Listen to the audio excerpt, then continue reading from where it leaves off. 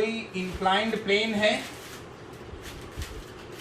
इसकी हाइट है ये h, और ये कोई बॉडी है जो कि रोल हो करके यहां तक बॉटम तक आ गई है।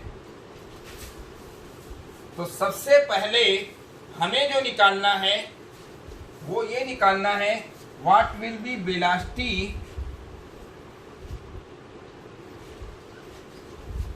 ये एंगल थीटा दिया है।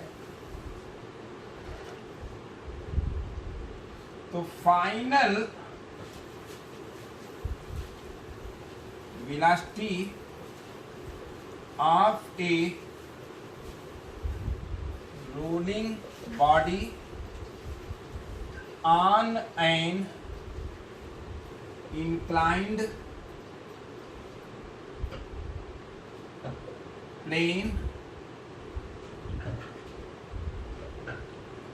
of height h। h height से अगर कोई इस पॉइंट से इस पॉइंट तक बॉडी आ जाए तो what will be its final velocity। ये अंडरस्टूड है कि यहां पर इनिशियल वेलोसिटी 0 है। तो अगर हम फार्मूला लगाएं v square is u square plus 2as, तो v स्क्वायर आपको निकालना है, u क्या है 0 प्लस क्या a अभी हमें बताना पड़ेगा। तो पहले हम लोग क्यों ना एक्सीलरेशन ही निकालें, और या v equal to u plus at चाहिए, तब भी टाइम चाहिए।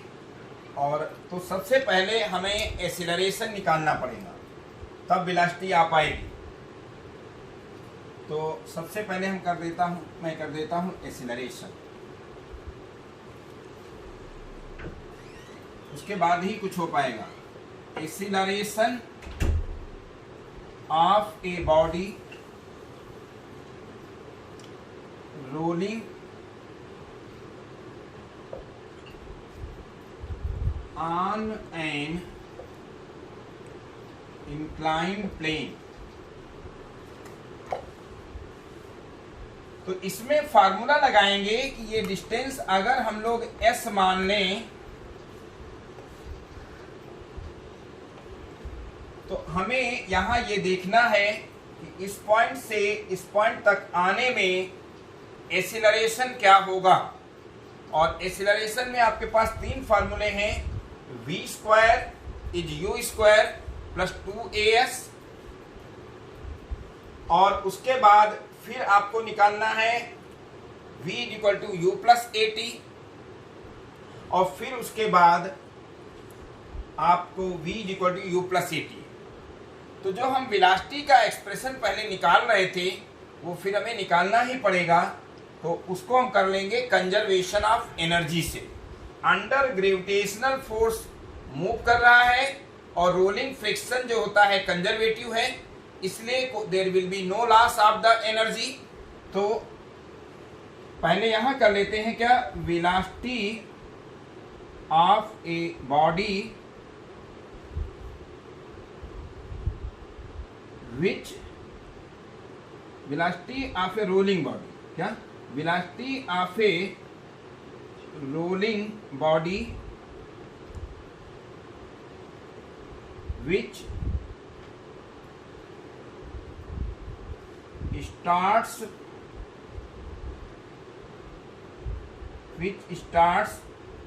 from rest from the top of an inclined plane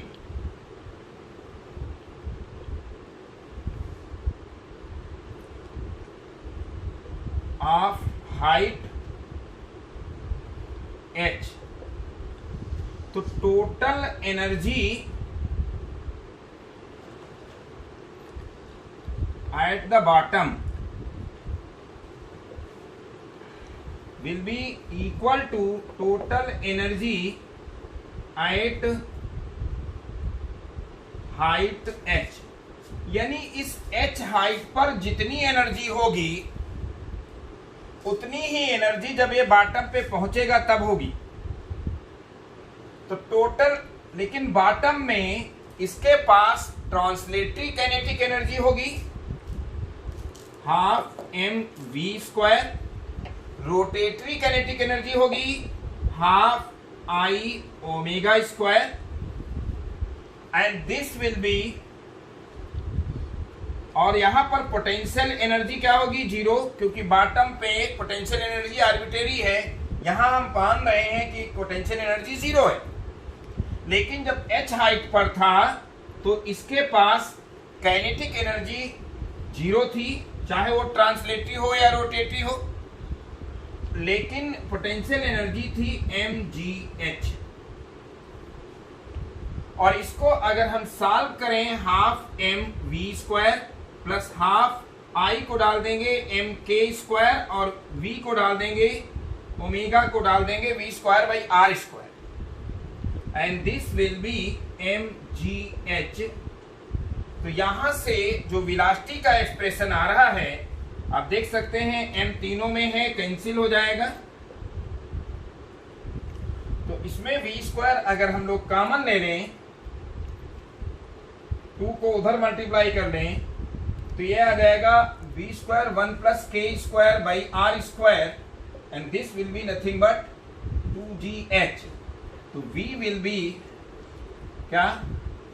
v will be 2gh upon 1 plus K square by R square. ये एक्सप्रेशन होता है velocity of the body when it reaches the bottom of an inclined plane of height h। यहाँ पर k जो है radius of gyration, rolling on an inclined plane, ये second part है। Acceleration of a body rolling on an inclined plane कैसे करेंगे? इसमें आप फॉर्मूला लगा सकते हैं, V square is U square plus 2as। तो वी ए हमें निकालना है, v की वैल्यू वहां से डाल देंगे 2gh अपॉन क्या? 2gh upon 1 plus K square by R square, this is velocity square, and U square is 0 plus 2a हमें निकालना है। और s की वैल्यू क्या होगी? यहां आप देख सकते हैं इस ट्रायंगल में sine theta is nothing but h upon s, तो s is nothing but h upon sine theta. तो यहां पर s के प्लेस पे डालेंगे h अपॉन साइन थीटा, तो दोनों तरफ h कट जाएगा, तो इससे a की वैल्यू आ जाएगी, 2 भी कट जाएगा, सॉरी 2 कट जाएगा, और a तो हमें निकालना ही है। तो a की वैल्यू क्या आएगी? g साइन थीटा, क्या a की वैल्यू क्या आएगी? g sine theta upon 1 plus K square by R square. This is the expression for acceleration of the particle performing rolling down an inclined plane. तो यहाँ पर theta आपको दिया है कि आप पता कर लेंगे कौन सी बॉडी है, तो उससे ये एक्सीलरेशन आ जाएगा।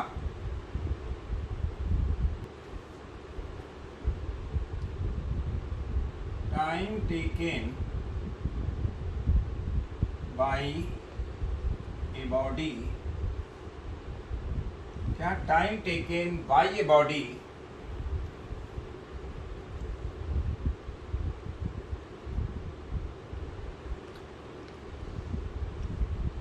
which is released,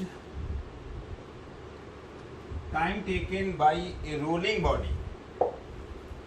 दोनों का अलग होगा, रोलिंग का केस अलग होता है। Time taken by A rolling body which is released, which is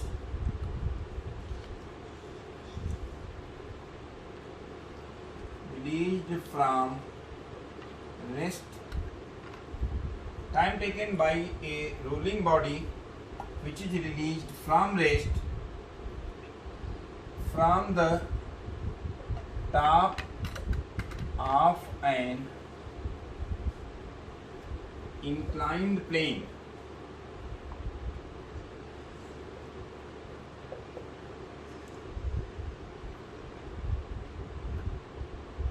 of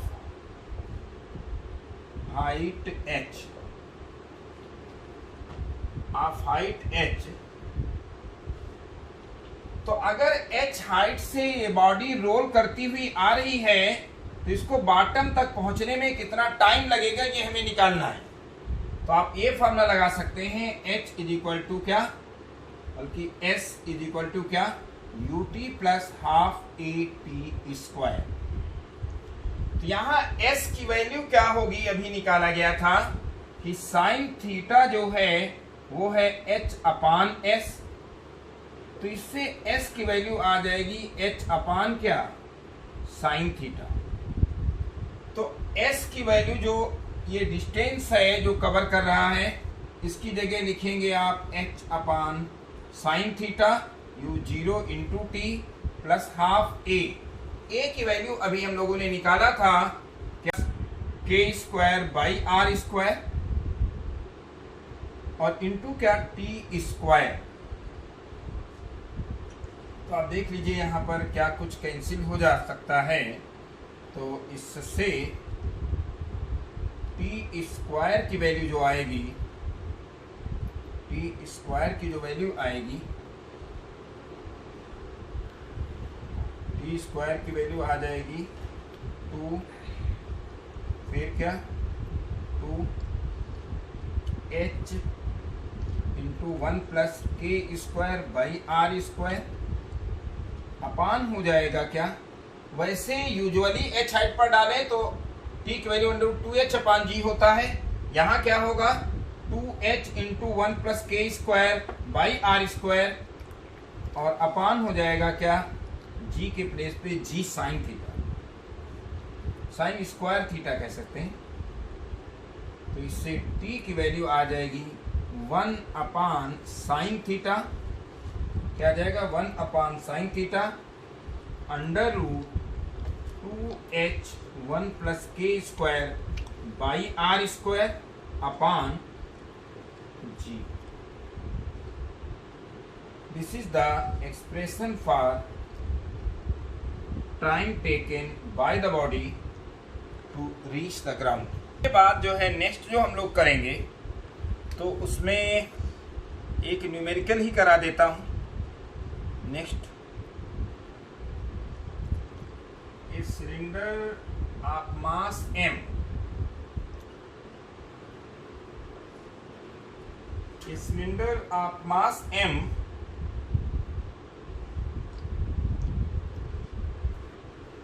is suspended through two strings, is suspended through two strings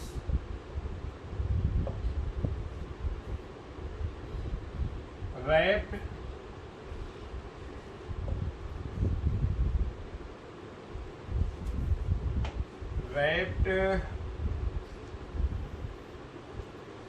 around it as shown in figure, around it as shown in figure।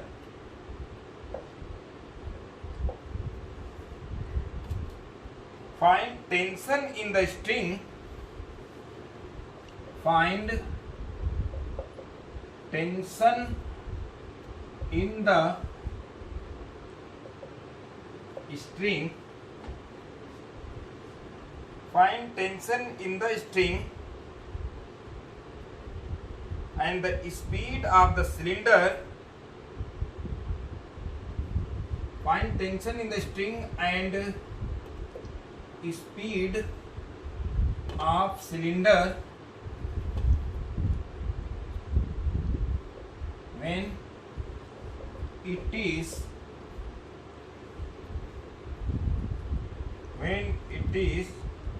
falls through a distance h, when it falls through a distance h, when it falls through a distance h।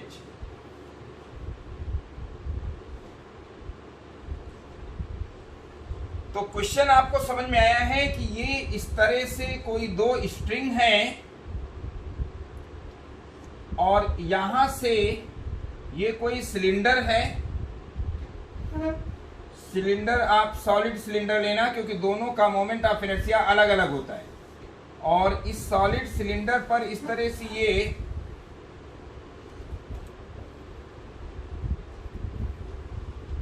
मतलब ये downward direction में जैसे जैसे गिरेगा वैसे वैसे height नीचे गिरता रहेगा और ये स्ट्रिंग्स खुलती जाएंगी।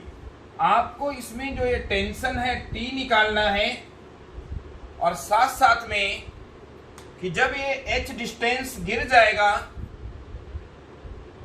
तो उस समय ये इसकी स्पीड क्या होगी। ऐसे देखिए, जैसे फिगर अगर आपको दिख रहा है हमारा मार्कर से कि इस तरह से यहाँ स्ट्रिंग रैप्ड है और ये गिरता ऐसे चला जा रहा है। जैसे कभी आपने देखा होगा कि जो घर में हम लोग धागा यूज करते हैं, सुई धागा, तो उसमें जो रील होती है अगर ऐसे छोड़ दें तो वो खुलती हुई चली जाती है और नीचे गिरती जाती है।